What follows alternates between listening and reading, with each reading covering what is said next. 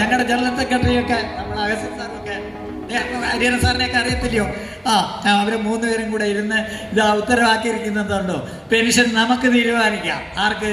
പെബ്രനോത്തിയും പുള്ളിയും കൂടെ ഇരുന്ന് തീരുമാനിച്ചു, ന്യായമായത് തീരുമാനിച്ചു. തീരുമാനിച്ചതിന് ശേഷം അങ്ങനെ പോയി വാങ്ങാനുള്ള പെബ്രനോത്തിയും കൂടെ കൂടി ഈ ഓട്ടോ വണ്ടിയിലോ കയറ്റി അവർ ഇത് എടുത്തോണ്ട് പോകാനായിട്ട് ട്രഷറിയിൽ ചെല്ലുമ്പോൾ ഉള്ള പ്രശ്നം എന്താ? എടുത്തോണ്ട് പോകണമെങ്കിൽ എന്ത് വേണം? പൈസ ഇല്ല. ട്രഷറിയിൽ പൈസ ഇല്ല. അപ്പൊ പൈസ ഇല്ലെങ്കിൽ നല്ല ഉത്തരവാണ്. ഉത്തരവ് വന്നിട്ടും പൈസ ഇല്ല. അപ്പോഴാണ് പെമ്പർനോത്തി പറയണത്, ആ ടി വിയിൽ കണ്ടല്ലോ, ഇതിൻ്റെ എല്ലാം കുഴപ്പമെന്ന് പറയുന്നത് 60 ലക്ഷം പേർക്കാണ് 1600 രൂപ വെച്ച് കൊടുത്തുകൊണ്ടിരിക്കുന്നത്. വല്ല കാര്യമുള്ള കാര്യമാണ്.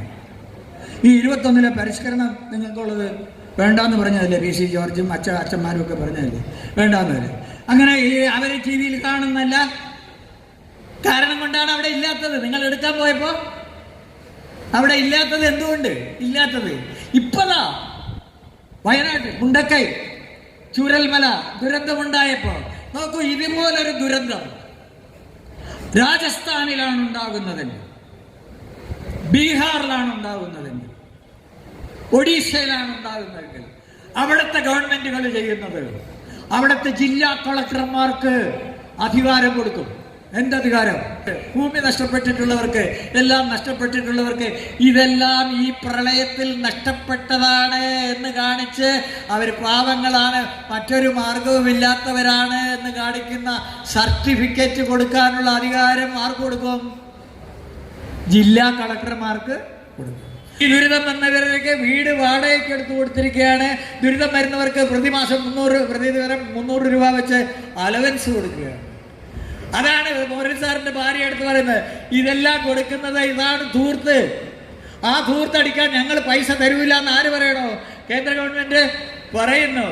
ഇങ്ങനെ പറയുന്നത് അതിന്റെ ഫലമായി ഇത് നല്ല ഉത്തരവുണ്ടെങ്കിലും കിട്ടുന്നില്ല. ഈ യാഥാർത്ഥ്യങ്ങളെ തിരിച്ചറിഞ്ഞുകൊണ്ട് ഇതിനെ മുറിച്ചു കടക്കണം. ഇതിനെ മുറിച്ചു കടക്കുന്നതിനുള്ള പരിപാടികൾ കേരളത്തിൽ ആരും വീടില്ലാത്തവരുണ്ടായിക്കൂടാ എന്ന് പറഞ്ഞുകൊണ്ട് വീട് കൊടുക്കാനുള്ള പരിപാടി.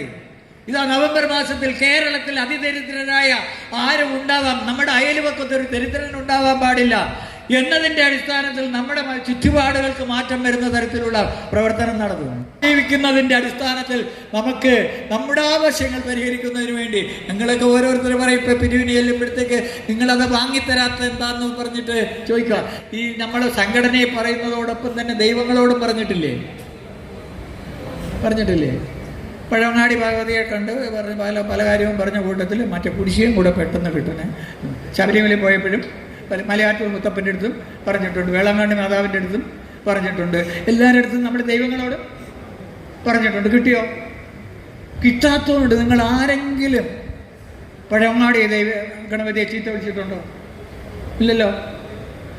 മലയാറ്റൂർ മുത്തപ്പനെ പള്ളി പറഞ്ഞിട്ടുണ്ടോ? ഇല്ലല്ലോ.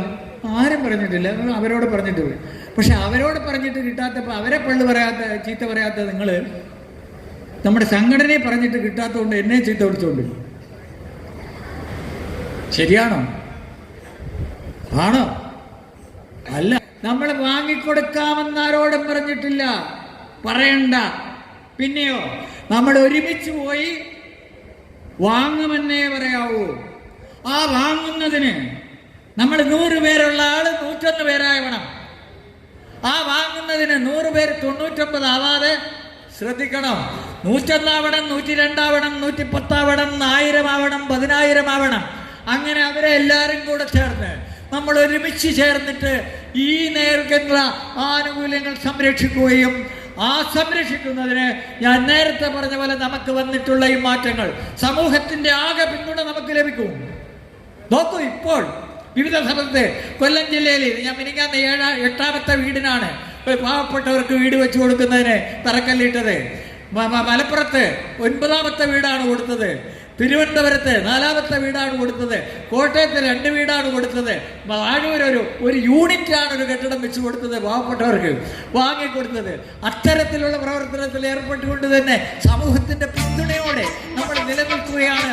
അതുകൊണ്ട് ഭരണാധികാരികളുടെ പിന്തുണ നമുക്ക് ഉണ്ട്.